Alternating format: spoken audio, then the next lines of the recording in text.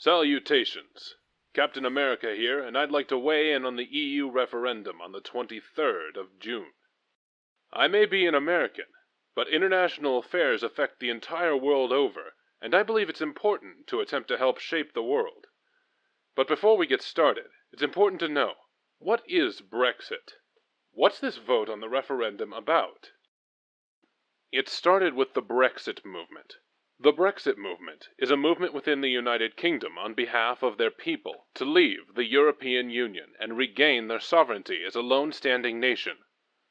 As a member of the European nation, the UK is a part of a collective nation of Europe, much like the United States of America. Think of the United Nations as a federal government.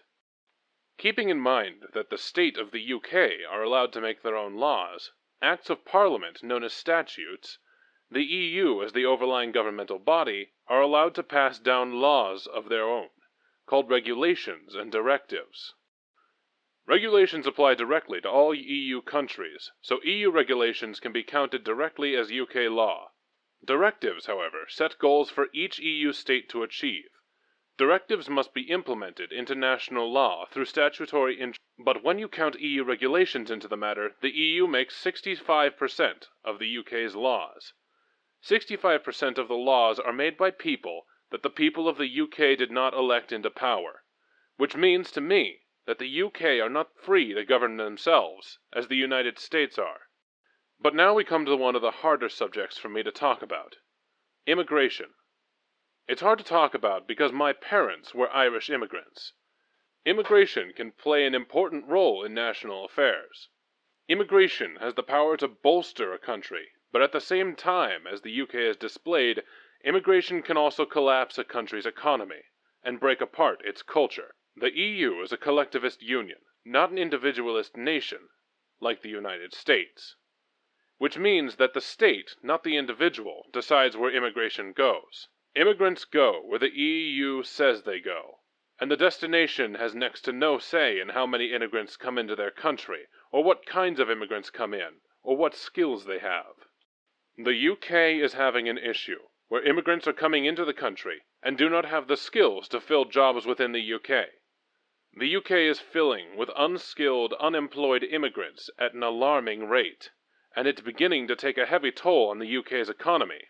And more dangerously, these immigrants are bringing with them a culture that refuses to assimilate with Western society.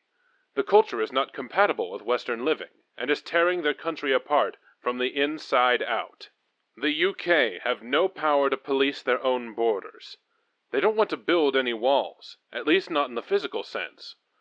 Those who support the Leave initiative have come with a proposal to filter immigrants based on the skills and occupations they bring with them, based on the country's needs. And their idea is sound. It's based off of Australia's point system, but with its own system based on the UK's needs. On the opposing end, those who oppose leaving oppose on several levels. They've opposed on the basis that if the UK leaves the EU, Scotland will vote to leave the UK, and it would mean the end of the UK. They argue that immigration makes their country stronger. They argue that they'll lose money, and that the UK will fall into instability, or that leaving the UK is a jump into the dark unknown. Leaving the EU is a risk. But it's a risk that the UK has to take. Telling people it's risky isn't an excuse not to do something. Nothing in this world is gained without risk. This world, time and time again, has rewarded risk-takers with treasure. Maybe not in a fantastic sense, but treasure is treasure nonetheless. Even if Scotland leaves the UK, and it ends what is known as the United Kingdom, it won't matter, because if the UK stays in the European Union, the UK will die as the EU eventually pushes the UK to adapt to the euro as its legal tender. In the end, it comes down to this: a sovereign nation should police itself, not be policed by foreign nations, and it should be capable of policing itself well. If the UK leaves the EU, it will face challenges. It will face hardships, as their country relearns how to operate independently. But there is much to be gained. The people of the UK can once again be in control of their own country, and that is good for everyone. I realize that I'm uploading this video very late, I may be too late to sway some people's opinions, but regardless of the time remaining, I felt this message was important enough to get out there. If anyone in the UK is listening to me, take back your independence. This is Captain America signing off. Till next time, soldier.